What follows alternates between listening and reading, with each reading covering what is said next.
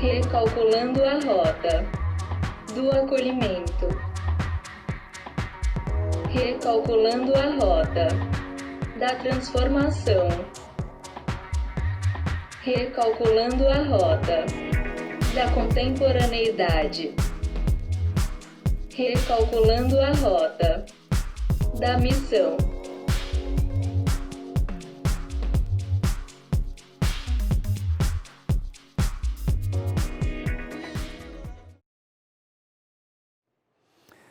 Graça e paz a todos vocês que estão aqui presentes, e graça e paz a todos vocês que estão aí nos acompanhando através da nossa transmissão online. É muito bom podermos estar juntos aqui e juntos nos unirmos nesse tempo de celebração, de adoração e nessa oportunidade de recebermos também da palavra de Deus para o nosso coração. Eu quero dar uma bisbilhotadinha aqui na nossa transmissão para ver quem é que está com a gente por aqui. Deixa eu ver quem está aparecendo por aqui com a gente. Uau, temos uma turma boa aqui já, né? Então, todos vocês que estão aí com a gente, eu quero incentivar você que não entrou no nosso chat a entrar e dar um oi aí. Você que já deu o oi, não precisa dar oi de novo, tá bom? Mas você que não entrou, entra no chat e dá um oi. E queria também pedir para que você que está aí acompanhando a gente, se lembrasse de clicar aí no joinha que a gente tem no nosso canal. Isso ajuda na divulgação do nosso canal feita pelo YouTube, ok? Então vai lá, marca um like lá, marca um joinha, para que você nos ajude a divulgar aquilo que nós estamos fazendo como parte do povo do reino, ok? Pai, em nome de Jesus, eu quero te agradecer por esse tempo aqui. Muito obrigado. Muito obrigado. Esse é o dia que o Senhor nos fez. Pai, nós não sabemos do dia de amanhã, mas o Senhor está nos dando esse dia.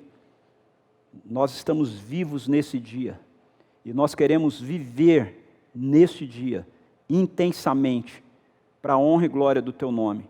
Ajuda-nos, Espírito Santo, ajuda-nos. Nós precisamos de Ti, não conseguimos fazer isso na força da nossa carne, não conseguimos fazer isso com as nossas boas intenções, não conseguimos fazer isso baseados na nossa justiça. Só podemos viver assim baseados na Tua justiça, Jesus.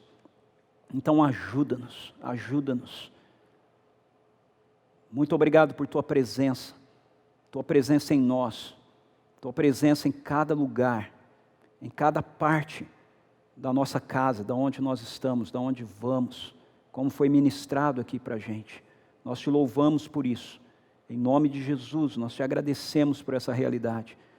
Nós queremos abrir agora a Tua palavra e nós pedimos que, ao fazermos isso, o Senhor Espírito Santo ministre da revelação do coração do Pai ao nosso coração. Em nome de Jesus. Amém. Amém.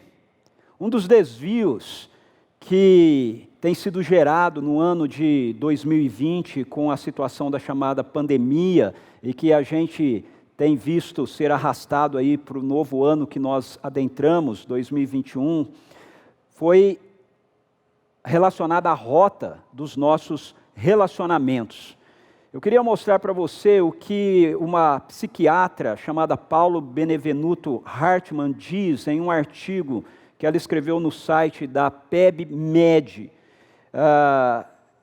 Ela comenta nesse artigo o seguinte: artigos recentes vêm discutindo mais um impacto causado pela pandemia da Covid-19, a chamada coronofobia. Este termo vem sendo usado para designar o medo, a preocupação e a ansiedade de contrair o Covid-19, referindo-se também ao impacto psicológico e aos prejuízos funcionais provocados nas pessoas por esta doença. Os medos mais comuns são o medo da morte ou de ficar gravemente doente, de contaminar os outros ou das repercussões econômicas envolvidas. A adoção de uma série de novos hábitos e medidas pode também contribuir para a intensificação dessa situação. Os quadros associados são ansiedade, incluindo pânico e ansiedade generalizada, depressão, angústia, comportamentos obsessivos, acumulação, paranoia, reações de evitação, quando você não quer se encontrar com outras pessoas, sensação de desesperança, ideação suicida e atos consumados de suicídio. Enquanto algumas dessas reações podem, a princípio, ser confundidas como comportamentos normais e esperados diante das circunstâncias correspondentes à pandemia, outras respostas são claramente prejudiciais e maladaptativas. Nestes casos, as reações podem se cronificar ao invés de se abrandarem com o passar do tempo. Como consequência, é possível observar o impacto sobre a procura por tratamentos psiquiátricos e o aumento da prescrição de psicofármacos. Ela ainda enfatiza, com base em 3 estudos apresentados, que o termo fobia designa uma forma de transtorno ansioso no qual se vive as consequências de um medo intenso, persistente e, às vezes, desproporcional sobre um objeto, ser ou situação. Geralmente, também é acompanhado por um comportamento de evitação de estímulos que possam desencadear ou piorar a ansiedade e o temor. No caso da Covid-19, os artigos referem-se a uma preocupação excessiva com os sintomas fisiológicos, a necessidade de buscar medidas de reasseguramento, estresse relacionado às perdas sociais e ocupacionais e evitação, que envolve situações, lugares públicos, por exemplo. Os gatilhos que poderiam atingir essa fobia são relacionados à exposição de situações ou pessoas que aumentem a probabilidade de contrair o vírus, como sair de casa, ir trabalhar, encontrar pessoas e etc., em informações ou pensamentos sobre doenças infecciosas. Os trabalhos chegaram a citar uma nova escala criada para avaliar os seus sintomas. Então veja, uma das consequências dessa chamada coronofobia, conforme a psiquiatra escreve aqui nesse seu artigo, é que as pessoas se tornaram mais sensíveis e ao mesmo tempo mais agressivas, gerando um reforço do individualismo que já é tão forte, tão comum dentro da nossa sociedade pós-moderna. Um dos fatores que nós, como comunidade, como parte da Igreja de Jesus, tem como fundamento da nossa prática como igreja, da nossa vivência como igreja, é que nós devemos ser uma comunidade acolhedora.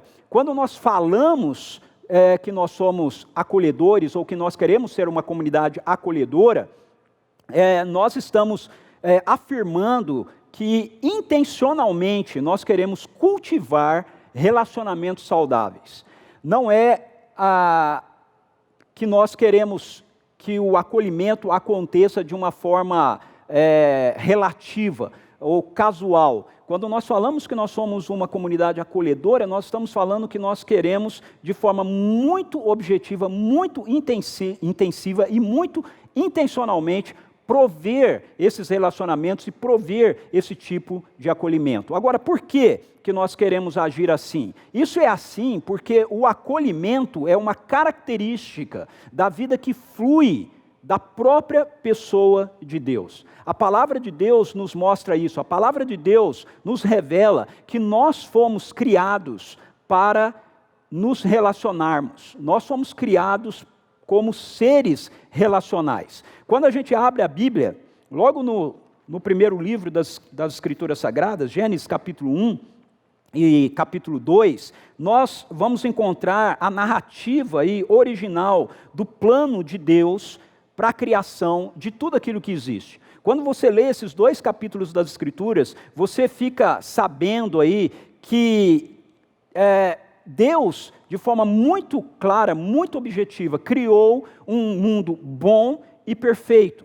Ele criou um mundo onde nós pudéssemos nos relacionarmos com Ele, uns com os outros, e com a própria criação de uma maneira acolhedora.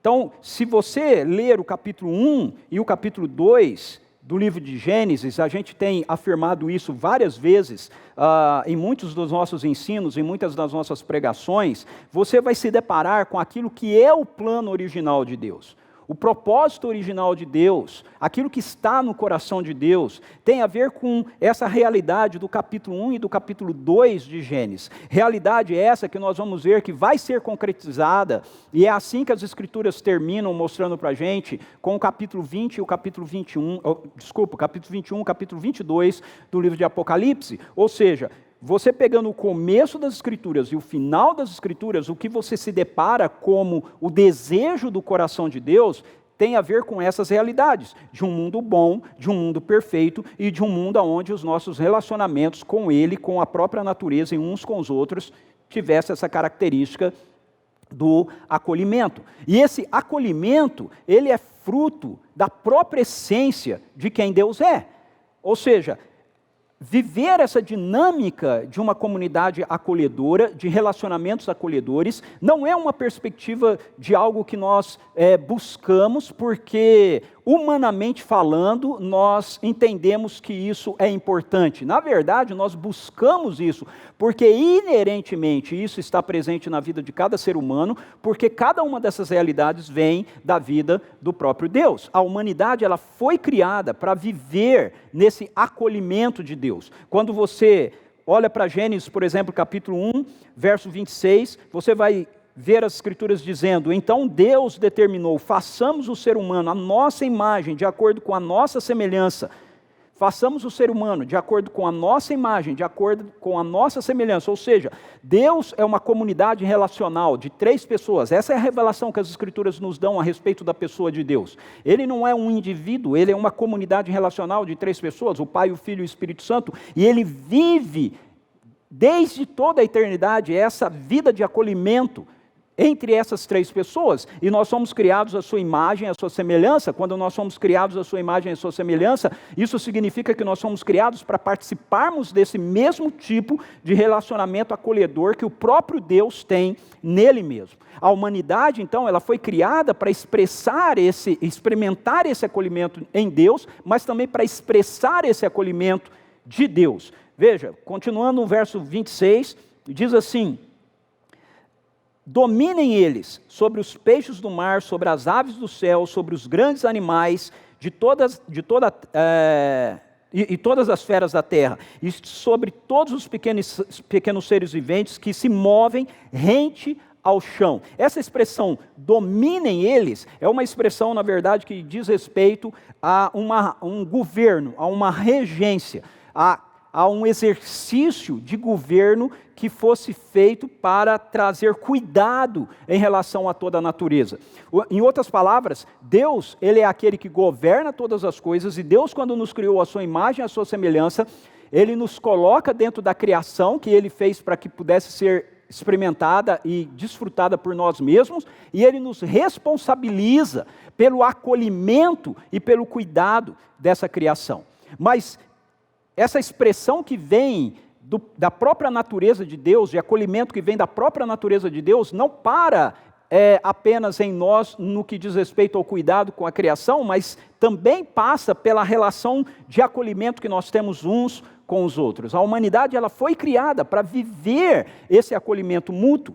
Nós vemos isso no capítulo 2 de Gênesis, quando depois que Deus faz todas as coisas e que ele olha e diz que aquilo que ele fez é bom, ele cria o ser humano masculino, e ele olha para o ser humano masculino, apesar dele ter já sido feito à imagem e semelhança de Deus, e diz: não está bom. E aí então ele vai criar os animais, para que o ser humano pudesse encontrar um que lhe fosse idêntico, que lhe correspondesse, e as Escrituras nos dizem que o ser humano recebe a autoridade de Deus para participar dessa cocriação, dando um nome a todos os animais, para ver se então ele encontrava um que lhe correspondesse, e o texto bíblico diz que ele não encontra nenhum, e aí então Deus faz o homem adormecer, e do próprio ser humano, assim como Deus tira a humanidade dele mesmo, começando pelo ser masculino, ele tira agora o ser feminino do ser masculino. Então, ele cria a mulher. O texto diz assim no verso 24, no verso 23, então exclamou Adão, esta sim é osso dos meus ossos, carne da minha carne, ela será chamada mulher, porquanto do varão foi extraída. Por esse motivo é que o homem deixa a guarda de seu pai e de sua mãe para se unir à sua mulher e eles se tornam uma só carne. O homem e a mulher viviam nus e não se envergonhavam. Então, o texto aqui de Gênesis capítulo 2, nessa parte final, versos 23 até o verso 25, mostra para a gente como a criação do ser humano foi feita para que ele também pudesse ter esse tipo de relacionamento, de acolhimento. Esse acolhimento que não é um acolhimento superficial, é um acolhimento que faz com que a gente se torne essencialmente e efetivamente parte um do outro. A gente se complemente um ao outro. E a expressão maior disso aqui está relacionada ao casamento, ok? É uma aliança de um homem com uma mulher, mas essa aliança de um homem com uma mulher, na verdade, ela expressa uma aliança maior que tem a ver com a aliança que nós temos com Deus e a aliança que nós temos a partir de Deus com a própria humanidade, uns com os outros. Portanto, toda expressão de quebra de relacionamentos, toda expressão de isolamento, toda expressão de distanciamento emocional que tenhamos uns dos outros, é contrário ao projeto original do coração de Deus. Isso precisa ficar bem claro para a gente. Nenhum tipo de isolamento emocional, nenhum tipo de abstenção de relacionamento é fruto do projeto ou do plano original de Deus. Se a chamada pandemia gerou em você uma postura de isolamento, entenda bem, não apenas de distanciamento social. O distanciamento social, às vezes é necessário, em alguns momentos se faz necessário. Eu não estou falando apenas meramente de distanciamento social, eu estou falando de uma postura em seu coração, de desconexão com outros, de afeto, de indiferença. Então, você está seguindo por uma rota que é contrária ao coração e ao propósito de Deus. As Escrituras que nos mostram essa realidade, nos mostram também que nós fomos criados para esse tipo de acolhimento, para esse tipo de relacionamento, nos mostra também que houve uma quebra disso, que houve uma quebra nesse acolhimento, nesse relacionamento. É óbvio que quando nós olhamos para a história humana, quando nós olhamos ao nosso redor, quando nós olhamos muitas e muitas vezes, até mesmo para dentro de nós mesmos, ou para as nossas experiências, nós percebemos que alguma coisa deve ter acontecido, porque quando nós lemos Gênesis capítulo 1, Gênesis capítulo 2, e a gente olha ao redor, a gente olha a história, a gente olha o panorama que está ao nosso redor, no mundo todo nós não vemos aquilo que está em Gênesis 1 e 2 sendo expresso. Então, alguma coisa aconteceu. O que as Escrituras nos mostram que aconteceu é relatado em Gênesis capítulo 3. Em Gênesis capítulo 3, nós somos introduzidos à explicação que a palavra de Deus nos dá para o caos que nós vemos ao nosso redor, incluindo o que tange a nossa dificuldade de nos relacionarmos, a nossa dificuldade de acolhermos as pessoas nos nossos relacionamentos. O isolamento social proposto, seja ele necessário ou não, não é essa discussão aqui, na verdade, não é a real causa da nossa falta de acolhimento. Não é a real causa da nossa quebra relacional.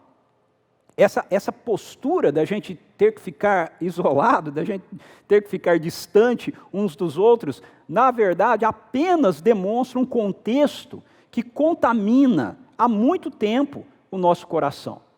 E esse contexto é chamado por nós, na teologia, de queda. Queda é a expressão que nós usamos para falar, na verdade, da rebelião do ser humano para com o governo amoroso de Deus. Gênesis capítulo 1 e capítulo 2 nos mostram que Deus nos criou, então, para esse tipo de relacionamento, para essa vida de acolhimento, mas nos mostra que essa vida de relacionamento e essa vida de acolhimento deveria acontecer da nossa parte se colocando sob o governo amoroso de Deus. Nós não fomos criados para sermos seres independentes, justamente porque nós fomos criados para um tipo de vida de relacionamento, e para você ter relacionamento, para você ter acolhimento, você precisa estar debaixo de submissão, você precisa estar debaixo da disposição de colocar o seu coração à mercê de outro, e Deus nos cria para que nós coloquemos o nosso coração debaixo do seu governo amoroso, para que então, a partir disso, nós tenhamos condições de nos relacionarmos e de acolhermos efetivamente tanto a pessoa do próprio Deus, quanto uns aos outros, quanto a própria criação. Mas quando a gente quebra esse tipo de relacionamento, quando a gente quebra essa nossa postura que deveríamos ter de submissão ao governo amoroso de Deus, então os nossos relacionamentos são afetados. O que acontece quando a gente rompe com essa submissão ao governo amoroso de Deus é uma desconexão do nosso acolhimento.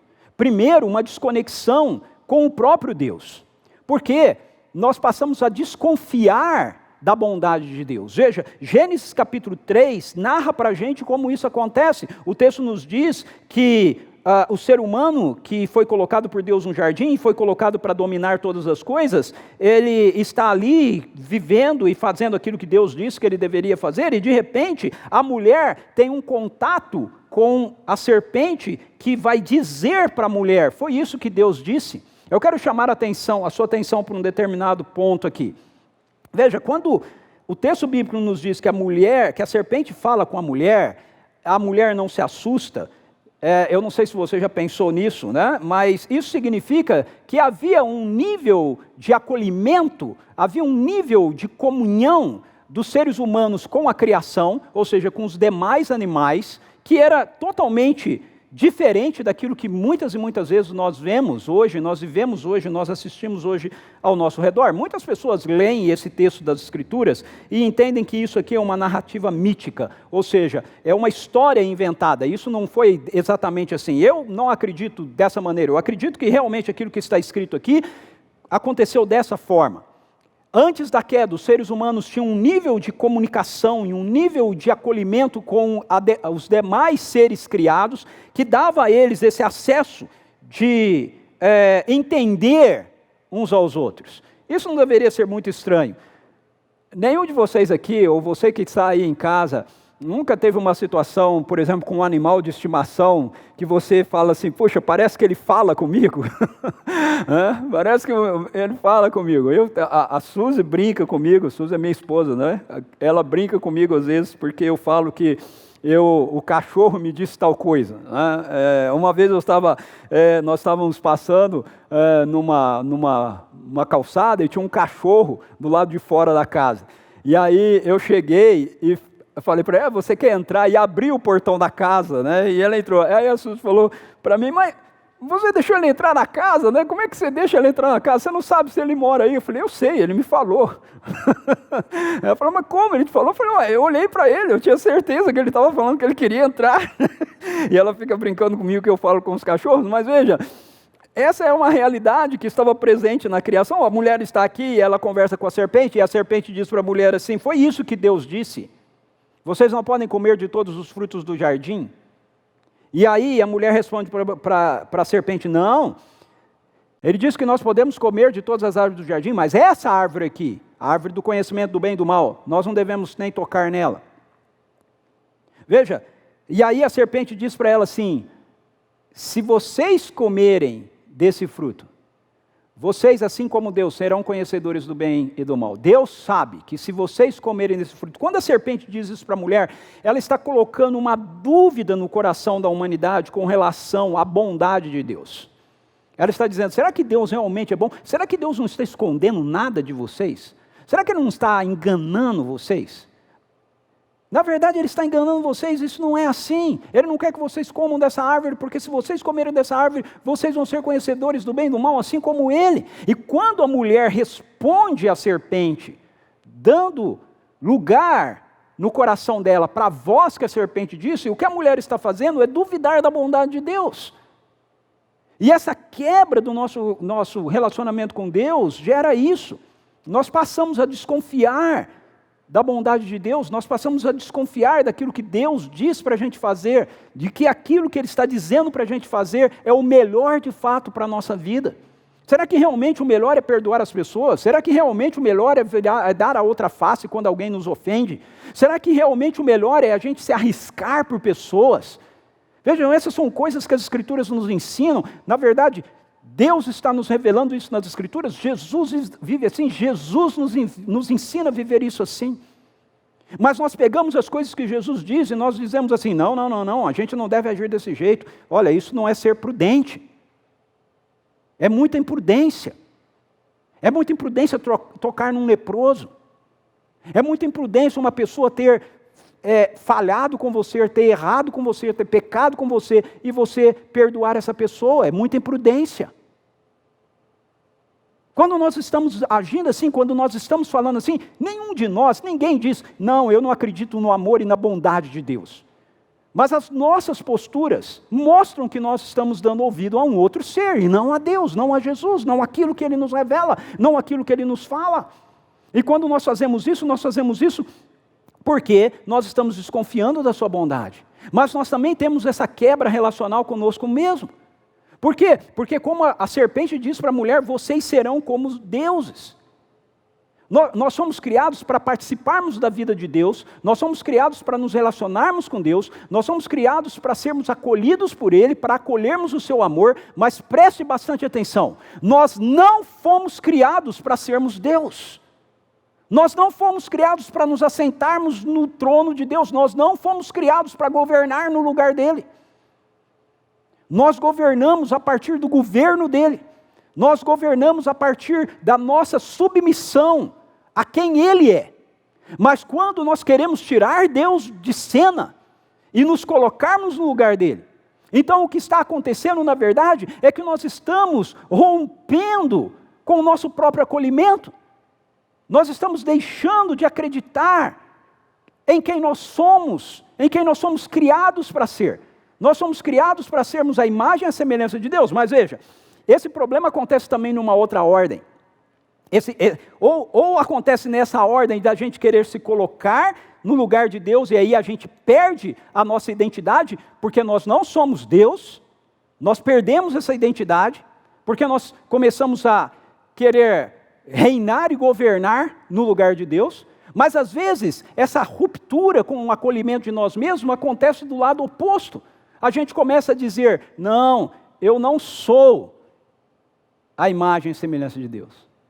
A gente começa a concordar com aquilo que a queda realizou na nossa vida.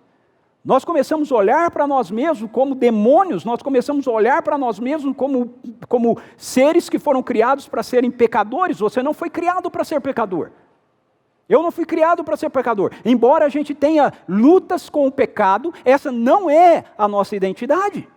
Não foi para isso que Deus nos criou. Deus nos criou para que nós pudéssemos experimentar do seu amor, experimentar da sua graça, para que nós pudéssemos ser um reflexo da sua glória.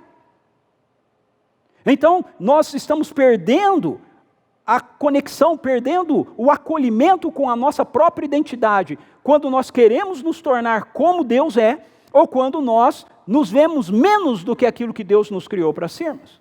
Terceiro, nós também perdemos a conexão uns com os outros, nós perdemos o acolhimento uns com os outros, porque com essa postura de desconexão de Deus, de desconexão com aquele que nos criou, nós passamos a ter um espírito de órfão, nós passamos a ter um sentimento egoísta, e nós começamos a achar que a gente precisa segurar tudo conosco mesmo, nós temos que garantir a nossa parte. Se nós não cuidarmos da nossa parte, o outro pode pegar aquilo que deveria ser nosso, e assim nós acabamos machucando várias pessoas de modos diferentes. É interessante que essas feridas, elas começam a acontecer com as pessoas mais próximas da gente. O pecado, ele gerou em nós, então, a partir disso, 3 sentimentos que reforçam a nossa desconexão para com o acolhimento: vergonha, culpa e medo. A gente vê essas coisas em Gênesis capítulo 3. Veja, Gênesis capítulo 2 começa dizendo que o homem e a sua mulher viviam nus e não sentiam vergonha. Mas o que acontece quando eles comem da árvore do conhecimento do bem e do mal? Qual é a primeira coisa que acontece? Verso 7, Gênesis 3, verso 7, diz assim: então os olhos dos dois se abriram e perceberam que estavam nus, e em seguida entrelaçaram folhas de figueira e fizeram cintas para cobrir-se. A primeira coisa que eles fizeram quando seus olhos foram abertos, ok? Foi sentir vergonha um do outro. Foi a necessidade de se esconder um do outro. E aí eles passam a viver como se nada tivesse acontecido. E o texto diz que chega um momento em que eles ouvem o som dos movimentos de Deus pelo jardim. E aí então, eles procuram se esconder da presença do Senhor entre as árvores do jardim. Por que eles procuram se esconder da presença do Senhor? Porque eles estavam se sentindo culpados. Eles estavam carregando culpa.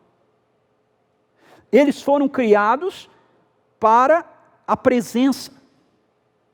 Mas a partir daquele momento, eles ouvem os passos do Senhor, escondem-se da presença do Senhor.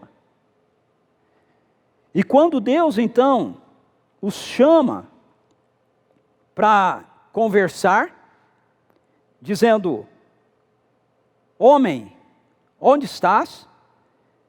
O texto bíblico diz que Adão declara: ouvi o som do teu caminhar no jardim, e vendo que estava nu. Veja que interessante, eles não tinham feito roupas de folha, eles não tinham se coberto,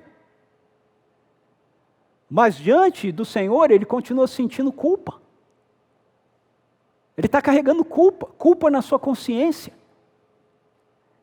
Vendo que estava nu, tive medo e me escondi. Esses três sentimentos, meus queridos e queridas, nós continuamos carregando, a humanidade continua carregando, desde esse dia fatídico do jardim.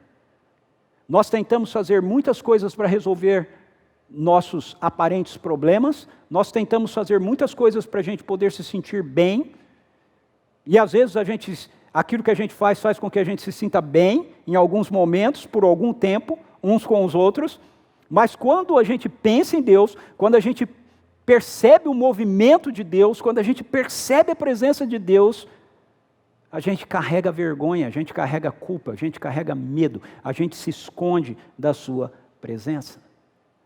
E vergonha, culpa e medo faz com que a gente acabe lidando com os nossos relacionamentos com duas posturas diferentes, ou com individualismo, ou com agressividade.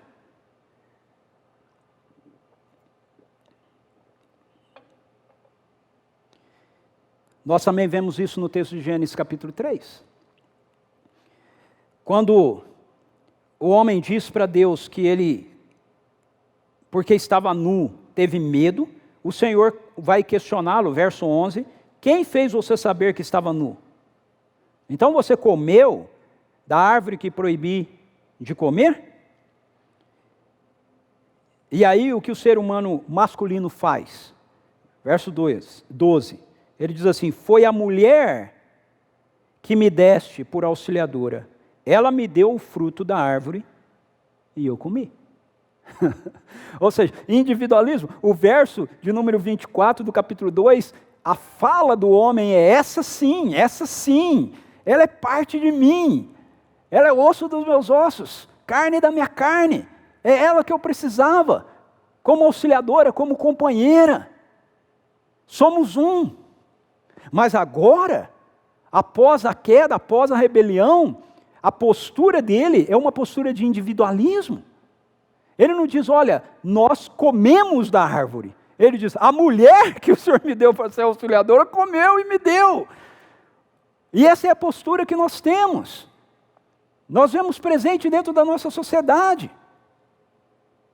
Eu passo a fazer uma leitura da vida a partir da minha área, do meu ser individual, não a partir da minha relação com o outro. Mas também há essa postura de agressividade, quando Deus então vira-se para a mulher e diz assim, ao que o Senhor inquiriu a mulher, que é isso que fizeste? Ela redarguiu, a serpente me enganou e eu comi. A serpente me enganou e eu comi. E aí, Deus começa a trazer uma série de consequências que haveriam de advir por causa dessa postura de rebelião deles. Então, você vai chegar no verso 17, que vai dizer assim, então voltou-se para o homem e ordenou, o verso 16, voltou-se para a mulher e sentenciou o Senhor, multiplicarei grandemente o teu sofrimento na gravidez, e em meio à agonia darás à luz filhos. Preste atenção agora, nesse final do versículo, seguirás desejando influenciar o teu marido, mas ele te dominará. Então, a partir desse momento, começa uma relação de agressividade entre o homem e a mulher. Aqui você precisa se lembrar que o homem e a mulher não estão apenas representando um casal, ok? Aqui você está tendo a representação da humanidade como uma forma geral. Então isso deve ser aplicado na perspectiva do homem e mulher enquanto casal, mas isso deve ser aplicado também numa perspectiva da humanidade de uma forma geral. A partir daqui, então, você começa a ter essas posturas de disputa, de ataques, de agressividades, de tendências, de partidarismos que nós vemos ao longo de toda a história. E essas duas posturas, por sua vez, elas são alimentadas por três pensamentos que destroem o acolhimento. Qual é a reação que nós podemos ter, ou que nós temos diante dessas situações geradas pela queda? Aquilo que as Escrituras nos pedem, na verdade, é uma postura apenas, a postura de arrependimento. Essa é a postura que deveria mudar todo o cenário. Mas não é essa postura que nós temos. A postura que nós temos é uma postura de invulnerabilidade. Não serei vulnerável a ninguém. Agora eu vou estar armado. Eu vou atacar antes de ser atacado. Eu vou construir o meu castelo, aonde eu vou me posicionar como rei. É isso que você vai ler ao longo do capítulo 3 em diante, em todas as escrituras até o capítulo 20. Você vai ver a narrativa bíblica mostrando para a gente que o ser humano, ele faz essa opção de invulnerabilidade, ele faz essa opção de tentar fazer com que as coisas aconteçam a partir do esforço dele, a partir da postura dele, a partir das ideias dele. Isso já está presente no jardim, quando os seres humanos fazem roupas para si mesmos de folhas, e isso você vai ler ao longo de todo o Antigo Testamento, na vida e na história de homens e mulheres. As Escrituras mostram para a gente essa história, a história de homens e mulheres que não querem se vulnerabilizar um ao outro, que querem evitar se vulnerabilizar a Deus, que no lugar do arrependimento acham que o que eles têm que fazer é tomar uma postura de força, uma postura de conquista. E isso só vai fazendo com que a situação da falta de um relacionamento acolhedor cresça cada vez mais. Uma outra postura é essa postura da desconfiança. Eu não confiarei em mais ninguém. Foi isso mesmo que Deus disse? Nós temos vivido isso ao longo desse período ou não? A gente desconfia, a gente vê aí fake news o tempo todo.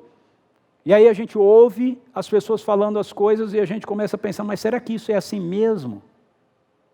Veja, você precisa entender que esse ser que estava no jardim, ele continua operando no mundo. Ele continua dizendo, será que é assim mesmo? Será que é do jeito mesmo que Deus disse? Não é melhor você desconfiar disso? Não é melhor você desconfiar das Escrituras? Não é melhor você desconfiar do amor dEle, da bondade dEle? Quem te garante? Desconfiança. Os seres humanos desconfiaram aqui do amor de Deus, desconfiaram uns dos outros. Tentaram se tornar invulneráveis um ao outro, na expressão aí das folhas que eles criaram para se proteger, para não se deixar ver na sua nudez. E isolamento. Não quero que ninguém chegue muito perto. Ok, já que nós temos que ter relacionamentos, vamos ter relacionamentos superficiais. Eu vou deixar a pessoa chegar até mim, até um momento onde ela não possa ter tanto acesso à minha vida. Porque o que ela vai fazer com as informações que ela tem a meu respeito? O que ela vai fazer se realmente ela conhecer tudo aquilo que eu sou? É isso que a gente vê. Nós vemos isso sendo divulgado nas novelas, nos filmes, nos noticiários da televisão o tempo todo. Essas três posturas. E aí? Você pegou o desvio dos relacionamentos? Você está seguindo por um caminho que impede você de ser acolhido e de acolher? A questão é como é que nós recalculamos essa rota? Como nós recalculamos a rota do acolhimento? Aí eu quero convidar você para ir para o Novo Testamento comigo. E a gente olhar um texto que está em Filipenses. Carta de Paulo aos Filipenses, capítulo 2. Versos 1 a 8. Portanto, se por estarmos em Cristo, temos algum poder, algum encorajamento de amor, alguma comunhão no Espírito, alguma profunda fraternidade e compaixão, completai a minha alegria, tendo o mesmo modo de pensar, o mesmo amor, um só Espírito e uma só atitude. Nada façais por rivalidade, nem por vaidade, pelo contrário, cada um considere com toda a humildade as demais pessoas superiores a si mesmo. Cada um zele não apenas por seus próprios interesses, mas igualmente pelos interesses dos outros. Tende em vós o mesmo sentimento que houve também em Cristo Jesus, o qual, tendo plenamente a natureza de Deus, não reivindicou o ser igual a Deus, mas, pelo contrário, esvaziou-se a si mesmo, assumindo plenamente a forma de servo e tornando-se semelhante aos seres humanos. Assim, na forma de homem, humilhou-se a si mesmo, entregando-se à obediência até a morte e morte de cruz.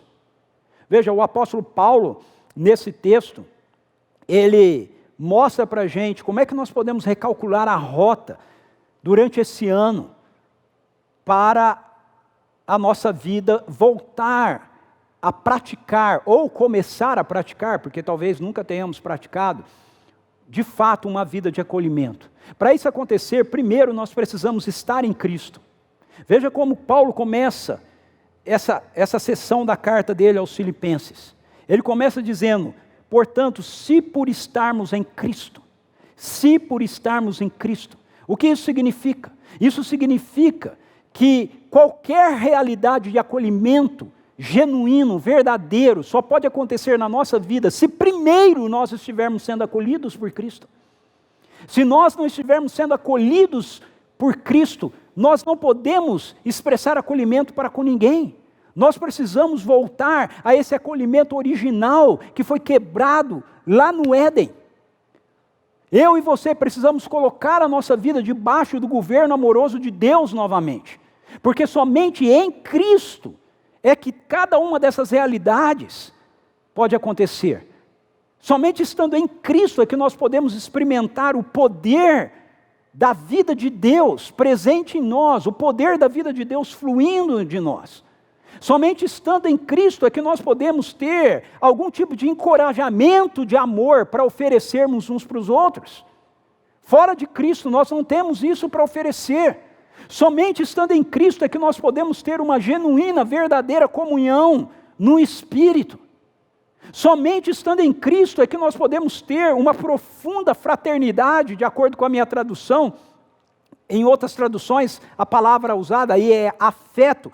Termos um profundo afeto, uma profunda compaixão. Se, por estarmos em Cristo, nós temos essas coisas.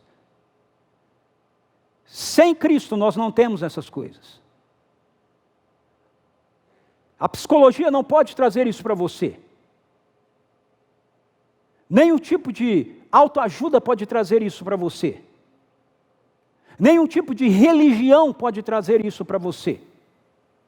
Nenhum tipo de esforço vai trazer isso para você. Essas são realidades que têm a ver com a vida que nós desfrutamos de Cristo. Se por estarmos em Cristo. O que isso significa? Isso significa que nós precisamos manter uma vida de contínua comunhão com Jesus. É de nossa vida imersa na vida dele que essas coisas vão fluir. É muito importante você entender isso, porque às vezes nós achamos que salvação tem a ver com a gente aceitar Jesus um dia na nossa vida. Mas essa não é a perspectiva da salvação bíblica. A salvação bíblica tem a ver com nós passarmos a viver a nossa vida imersa na vida de Jesus. E a presença da vida de Jesus na nossa vida. Não é meramente uma experiência do passado que marcou uma mudança e agora eu continuo vivendo a minha vida independentemente da presença ou da pessoa dele. Não, aquilo que nós chamamos de salvação tem a ver com nós sermos retirados desse estado de rebelião e sermos trazidos de novo para uma vida de submissão ao governo amoroso de Deus. Paulo coloca em Colossenses capítulo 1, verso 13 e 14, isso assim: nós sermos desarraigados dessa era tenebrosa, desse mundo de rebelião, e sermos transportados para o reino do seu Filho amado. Quando nós estamos transportados para o reino dele, ou seja, quando nós estamos temos a nossa vida colocada na vida dele novamente, então nós temos a remissão dos nossos pecados. Nós temos a quebra daquilo que nos separou de Deus e nós somos ligados novamente a ele. Então você não vai ter verdadeira comunhão, você não vai ter verdadeiro relacionamento, você não vai ter um verdadeiro acolhimento se primeiro você não se deixar ser acolhido por Jesus. Se nós não vivermos essa vida de vulnerabilidade a ele. Segundo, nós precisamos ter a motivação correta, de acordo com o apóstolo Paulo, para que nós possamos encontrar essa rota de volta do acolhimento. Essa motivação correta precisa acontecer a partir de nós não agirmos, de acordo com Paulo, por rivalidade e por vaidade. Olha aí o verso 3. Nada façais por rivalidade, nem por vaidade. Nada façais por rivalidade, nem por vaidade. Cara, quando eu leio esse texto, e eu olho as notícias na internet, nas redes sociais, na televisão, eu falo, o cara devia estar vivendo aqui. Ele vivia lá, mas ele devia ter umas percepções proféticas lá do futuro. Não, não é por isso. É porque essas realidades que a gente vive hoje é a realidade que a humanidade vem experimentando desde a queda. Veja, é verdade ou não é verdade que tudo que é alimentado nas nossas relações tem a ver com essa postura de rivalidade e de vaidade? Isso é algo que nós vimos presente ao longo de todo esse ano de 2020, desde que começou essa bendita história, ou maldita história de pandemia. Rivalidade, vaidade, pessoas brigando umas com as outras, políticos brigando uns com os outros, pessoas com pontos de vista diferentes umas das outras e sendo rivais umas das outras, ao invés de respeitar o ponto de vista do outro, que pode ser diferente do seu. E isso não diz respeito apenas à pandemia, isso diz respeito a qualquer área da nossa vida. Se você discorda do ponto de vista de alguém, a pessoa se torna seu rival. Se uma pessoa discorda de um ponto de vista da gente, nós nos tornamos rivais da pessoa. Rivalidade. E a maioria das vezes fazemos isso por vaidade. É isso que a gente tem visto. Usa-se a expressão tudo pela vida, tudo por amor à vida, ou qualquer outra coisa do tipo, mas a gente vê que, na verdade, o que governa decisões, ações, a começar dos políticos que nos governam, é a vaidade carregada no coração de cada um. Nós precisamos da motivação correta, e diz o apóstolo Paulo que a motivação correta não é essa produzida pela rivalidade e pela vaidade. Então ela é produzida pelo quê? Continuando, o versículo 3, ele vai dizer, pelo contrário, cada um considere com toda a humildade as demais pessoas superiores a si mesmo. Então nós devemos agir baseados na humildade. Humildade significa que eu olho para o outro e eu considero o outro superior a mim mesmo. Em outras palavras, eu entendo que o outro ele é digno de receber o meu respeito, receber o meu afeto. Humildade. Ele diz que nós devemos agir também baseados no cuidado mútuo. Olha o verso 4. Cada um zele não apenas por seus próprios interesses, mas igualmente pelos interesses dos outros. Às vezes a gente pensa, bom, se eu for cuidar do interesse do outro, quem vai cuidar do meu? O outro. Essa é a ordem que o apóstolo Paulo está dando aqui. Essa é a ordem que Deus está nos dando aqui através do apóstolo Paulo, entende? Isso aqui é a palavra de Deus, são as escrituras, é uma revelação do coração de Deus para a gente. De como nós praticamos, como nós vivemos essa dinâmica do acolhimento. E como eu falei, sem estar em Cristo, você não é capaz de fazer isso. Mas se você estiver em Cristo, essa é a postura que você deve ter, essa é a postura que nós devemos ter. Por isso nós, como povo de Deus, como igreja de Deus, como parte do povo do reino, precisamos manifestar àqueles que estão ao nosso redor essas ações, essas posturas. Essas são as posturas corretas que a gente deve tomar, que a gente deve ter. Nós não podemos ter as mesmas posturas que nós vemos a sociedade tomando, aqueles que estão desconectados da vida de Deus tomando. Não é porque nós somos melhores do que eles, é porque nós temos uma direção diferente da deles. E eles precisam olhar para nós e encontrar nessa direção diferente um modelo, um exemplo naquilo que nós fazemos para o que eles deveriam fazer. Nós encontramos essa rota de volta para o acolhimento, agindo então com posturas diferentes, mas também nós precisamos que a vida de Jesus modele a nossa vida. Nos versículos 5 a 8, o apóstolo Paulo vai mostrar para a gente que essas posturas e essas atitudes diferentes que ele pediu para a gente ter, que são atitudes diferentes que nós podemos ter, porque nós estamos em Cristo, se por estarmos em Cristo, ok? Nós podemos ver do poder da vida dele fluir de nós, e o poder da vida dele fluindo de nós pode nos levar a atitudes diferentes. Nós precisamos entender que é olhando então para a vida dele, que nós vamos encontrar um modelo para isso. Paulo no verso 5 diz assim, tende em vós o mesmo sentimento que houve também em Cristo Jesus. Eu queria ligar o verso 1 do capítulo 2 ao verso 5. Portanto, se por estarmos em Cristo, tende em vós o mesmo sentimento que houve também em Cristo Jesus. Se nós falamos que estamos em Cristo, então nós temos que ter o mesmo sentimento que Cristo. Esse texto, ele tem algumas traduções diferentes. Aqui, na King James, que é a tradução que eu estou usando, ele usa essa expressão, tende o mesmo sentimento. Mas, na Almeida atualizada, você vai ver, tende o mesmo modo de pensar.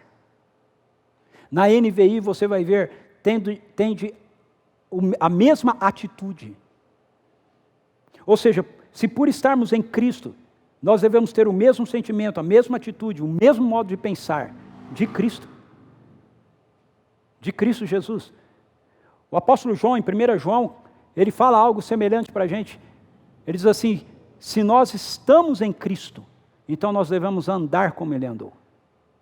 Se nós dizemos que nós estamos em Cristo, então nós devemos andar como Ele andou. O apóstolo Paulo vai falar algo semelhante em Gálatas capítulo 5. Ele vai dizer: se nós afirmamos que nós estamos no Espírito, então andemos no Espírito. É a mesma coisa que Paulo está dizendo aqui. Ele está dizendo, se nós estamos em Cristo, e nós só podemos viver as coisas que acabei de apresentar aqui, estando em Cristo, se nós estamos em Cristo, em outras palavras, então, nós vamos viver modelados por aquilo que é a vida de Jesus. Não vai ser teoria, vai ser prático. É a vida de Jesus que modela a nossa vida. E aí, no que é que nós somos modelados? Em 3 coisas. Primeiro, nós temos o modelamento da nossa identidade. Veja, verso 6, o qual, tendo plenamente a natureza de Deus, não reivindicou o ser igual a Deus. Isso é muito interessante. Jesus, Paulo está falando de Jesus, ok? Tem o mesmo sentimento de Cristo Jesus. Quando ele diz Cristo Jesus, a palavra Cristo é Messias, o Messias Jesus, o ungido Jesus. Ele está se referindo, então, à humanidade de Jesus. Ele descreve aqui como ele se faz um ser humano. Então, Jesus na pessoa humana dele, ok? Como um ser humano. Ele sabia que ele era Deus, mas como um ser humano, ele não quis ocupar o lugar de Deus. Ele não quis ocupar o lugar de Deus. Como um ser humano, se tem alguém humano que poderia dizer, eu sou Deus, esse alguém é Jesus, ok? Embora ele soubesse que ele é Deus, embora ele soubesse que ele tem o direito de estar na mesma posição que o Pai, quando ele assume a sua humanidade, não é essa postura que ele carrega consigo. Ele abre mão disso, mas ele não abre mão da sua identidade. E é isso que eu e você precisamos ter modelado nele. A nossa identidade foi reconstruída em Cristo Jesus. Nós deixamos de ser órfãos e nos passamos a ser chamados de filhos e filhas de Deus. O apóstolo Paulo diz que nós não recebemos, em Romanos capítulo 8, nós não recebemos um espírito de medo, nós recebemos um espírito de adoção. Ou seja, eu não continuo sendo órfão. Uma vez que eu estou em Cristo Jesus, eu passo a ser filho. João nos diz, no capítulo 1 do seu evangelho, que a todos aqueles que receberam Jesus, receberam o direito de se tornarem filhos de Deus. Então essa é a nossa identidade, essa é a sua identidade. Se Jesus já é Senhor e Salvador da sua vida, se você está em Cristo, você precisa olhar para você como um filho de Deus, como uma filha de Deus. Nós não somos mais pecadores, nós somos santos. Sim, nós lutamos ainda com o pecado, mas o pecado não é mais a nossa identidade é santidade. Nós somos santos, porque Ele é santo. Então isso tem a ver com a nossa identidade. A nossa identidade precisa ser modelada na identidade de Jesus. Jesus é o Filho amado do Pai. Jesus é o Filho de Adão, filho da humanidade que é filho de Deus. E é nele que nós estamos. Então, nós somos a humanidade filha de Deus. Nós somos a nova humanidade. Se eu tenho a minha identidade baseada em Cristo Jesus, eu já não preciso mais ter medo, eu já não preciso mais ter vergonha, eu já não preciso mais ter culpa. Isso é quebrado, e se isso é quebrado, então eu não ajo mais com o individualismo, eu não ajo mais com a agressividade. Mas eu também sou modelado no meu comprometimento. O verso 7 diz assim, mas pelo contrário esvaziou-se a si mesmo, assumindo plenamente a forma de servo, tornando-se semelhante aos seres humanos. Jesus se desloca da glória dele como a palavra eterna, e ele se faz um ser humano, se tornando um servo dos propósitos de Deus. Essa expressão servo, plenamente a forma de servo, precisa ser entendida por nós aqui à luz daquilo que o Antigo Testamento nos fala sobre o servo sofredor. O apóstolo Paulo, ele era um rabino e ele tinha muita consciência e propriedade em relação ao Antigo Testamento. E essa expressão, servo no Antigo Testamento, sempre é usado para o Messias como o servo do Senhor. Aquele que se torna o servo do Senhor, o servo sofredor, aquele que vem cumprir os propósitos de Deus. Quando nossa vida está em Cristo, então nós somos modelados por Ele nesse mesmo tipo de comprometimento. E eu quero falar algo aqui para você muito importante. Preste bastante atenção em mim. Eu tenho ouvido algumas pessoas, alguns seguidores de Jesus, alguns cristãos, dentro desse período de pandemia, dizendo assim, não, eu estou vivendo um momento onde eu não quero muito comprometimento. Eu não quero muito envolvimento. Sabe, eu estou vivendo um momento na minha vida onde eu quero ficar mais na minha, mais no meu canto, pois eu quero dizer com todo amor, com todo carinho a você, mas com todo o meu compromisso e com todo o meu temor a Deus, que se isso está no seu coração, você está errado. Nem eu, nem você e nenhum outro seguidor de Jesus é dado o direito e a licença de dizer, eu não quero estar comprometido, eu não quero estar comprometido nessa época de pandemia, eu não quero estar comprometido com o reino de Deus, com a vontade de Deus, com os propósitos de Deus, eu não quero. Jesus disse, se você lançou a mão do arado e você olhar para trás, você não é digno de ser meu discípulo. Isso não mudou, querido, isso não mudou, querida. Jesus não mudou os aspectos da agenda do reino por causa de uma pandemia. Ele não fez isso. E você, nem eu e nem ninguém tem o direito de fazê-lo. Porque Ele é o Rei dos Reis, Ele é o Senhor dos Senhores. Então, com todo carinho e sem pedir desculpa, eu quero dizer para você que você está completamente errado. Se a sua postura é, por causa da pandemia, eu não quero compromisso. Eu quero ficar mais na minha. Isso não te dá o direito, e não me dá o direito, sabe por quê? Porque Jesus é quem modela a sua vida, Jesus é quem modela a minha vida. O serviço de Jesus foi um serviço que veio ser prestado com sacrifício. E esse é o terceiro aspecto que precisa nos modelar, sua obediência sacrificial. Verso 8 diz, assim, na forma de homem, humilhou-se a si mesmo, entregando-se à obediência até a morte. E morte de cruz. Esse é o modelo da minha vida, esse é o modelo da sua vida. Não, esse não é o modelo que as pessoas hoje gostam de ouvir. Não é o modelo que muitos pregadores têm apresentado para a gente, não é. Mas esse é o modelo que está presente na vida de Jesus.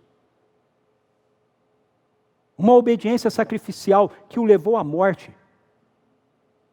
O apóstolo Paulo disse, eu quero, aqui em Filipenses mesmo, capítulo 3, eu quero conhecer a Cristo, participar dos seus sofrimentos, para que de alguma forma eu possa experimentar o poder da sua ressurreição. Sabe, ter a nossa vida modelada na vida de Jesus não significa uma promessa de Deus de que nós não vamos enfrentar dificuldades, lutas, e mesmo não venhamos encarar a própria morte, por amor a Ele, o amor ao Evangelho, o amor ao seu reino, significa que nós vamos experimentar o poder da sua ressurreição. É isso que as Escrituras nos ensinam, é isso que as Escrituras nos mostram. Nós vivemos um momento, nós vivemos um período da história, onde muitas pessoas querem um evangelho que não exija delas nenhum tipo de entrega, nenhum tipo de compromisso. Pois eu quero dizer para você que esse não é o evangelho do reino. Esse não é o evangelho que Jesus pregou. E se você quer crer nesse tipo de evangelho, cuidado, porque você pode receber uma grande surpresa no último dia. Não é o evangelho. Não é o evangelho. Jesus é o nosso modelo. Jesus é quem modela a minha vida, quem modela a sua vida. Não são as pessoas, não são os pregadores. Não sou eu, ok? É Jesus. Identidade, comprometimento, obediência sacrificial. Nós podemos resumir tudo isso em uma única palavra: honra. Honra. O caminho de volta para a conexão com o acolhimento é nós darmos a devida honra a Deus. Quando nós damos a devida honra a Deus, nós passamos a dar a devida honra a nós mesmos. Porque em Cristo Jesus nós sabemos quem somos. E quando nós passamos a dar honra a nós mesmos, nós sabemos honrar as demais pessoas. Sabe por quê? Porque ninguém pode dar aquilo que não tem. Se você não tem honra para você mesmo, você não pode dar honra para os outros. Se você se sente desonrado, é com desonra que você vai tratar os outros. Deus te honra, porque Ele tem honra em si mesmo. E é em honra que você tem que responder a Ele, a você mesmo e ao próximo. Então, o que tem modelado a nossa vida? Qual é o molde que temos nos encaixado? Eu não estou desmerecendo a seriedade aqui do comprometimento físico gerado por esse vírus, ok? Muito menos a dor de se perder alguém querido por causa dessa situação. Contudo, eu preciso dizer que o maior mal que esse vírus vem trazendo à nossa sociedade é o fortalecimento do individualismo humano. Nossa sociedade, ela precisa encontrar, então, um caminho que a leve de volta para a rota do acolhimento que o Senhor, através do Evangelho, vem oferecer a cada um de nós, a cada ser humano. Jesus se fez um ser humano. Foi o servo do Senhor, que teve um compromisso de obediência sacrificial, para que através da morte dele e da sua ressurreição, o caminho do acolhimento fosse trazido para mim e para você, a rota do acolhimento fosse refeita para Deus, para nós mesmos, uns para os outros. Portanto, não ande em círculos, seja intencional pela busca da rota do acolhimento. Se você faz parte da nossa comunidade, ou se você frequenta alguma outra comunidade, talvez algumas coisas que eu vou dizer agora sirvam de exemplo para você. No caso nosso, da CPV, como você faz isso? Como você pode ser intencional pela busca de acolhimento? Comece participando de uma célula. Pare com essa história de que não pode ser presencial, então você não vai participar. Participe. Comece participando online se não pode ser presencial, e quando voltar a ser presencial, comece a participar presencialmente. Pratique encontros com a sua equipe de ministério. Não é porque não podemos estar juntos para realizarmos algumas coisas que não podemos estar juntos para dividir a vida. Uma outra dica que eu quero te dar: não participe de encontros online como esse que nós estamos tendo aqui, como se fossem impessoais. Crie contextos de conexão através desses encontros online. Escreve no chat. Mande recado. Interaja. Não assista um programa. Responda aquilo que está sendo ministrado, realizado. Assim você vai intencionalmente começar a trabalhar para construir essa rota, ou para seguir essa rota, na verdade, que foi construída por Jesus, que nos leva de volta ao acolhimento. Feche seus olhos, vamos orar. Enquanto o pessoal da música vem vindo para cá, talvez você esteja me ouvindo e você ainda não encontrou a rota do acolhimento que o Senhor oferece através de Jesus a cada ser humano. Talvez você esteja me ouvindo e você ainda não tomou a decisão de render a sua vida ao governo amoroso de Jesus. Você pode fazer isso agora. A Bíblia diz que nós fazemos isso pela fé. Então, se você não fez isso ainda, faça isso agora. Diga: Senhor Jesus, eu reconheço que eu tenho andado desconectado de Ti, distante de Deus, confiado nos meus esforços, na religião, nas boas obras. Mas eu quero confessar aqui que eu preciso de Ti, eu preciso do Senhor. Eu creio, Jesus, que o Senhor morreu e ressuscitou para me acolher de volta na vida de Deus. E eu quero agora recebê-lo como Senhor e Salvador da minha vida. Mas talvez você, que já fez isso, esteja nessa posição que eu falei, de tomar uma atitude errada, que distancia você do acolhimento. Porque você acha que você está vivendo um momento onde você não precisa de obediência, você não precisa de compromisso. Por causa do momento, como dizem alguns, da vida. Eu não quero nada muito sério, pois Deus não conhece outro tipo de vida, a não ser uma vida séria com Ele. Então eu quero convidar você nesse momento a dizer: Senhor, eu me arrependo de ter me distanciado da rota do acolhimento. Traz-me de volta, Senhor, traz-me de volta ao acolhimento em honra a Ti, em acolhimento em honra a mim, a quem eu sou, a quem eu fui criado para ser em Cristo Jesus. Em honra àqueles que convivem comigo, Senhor.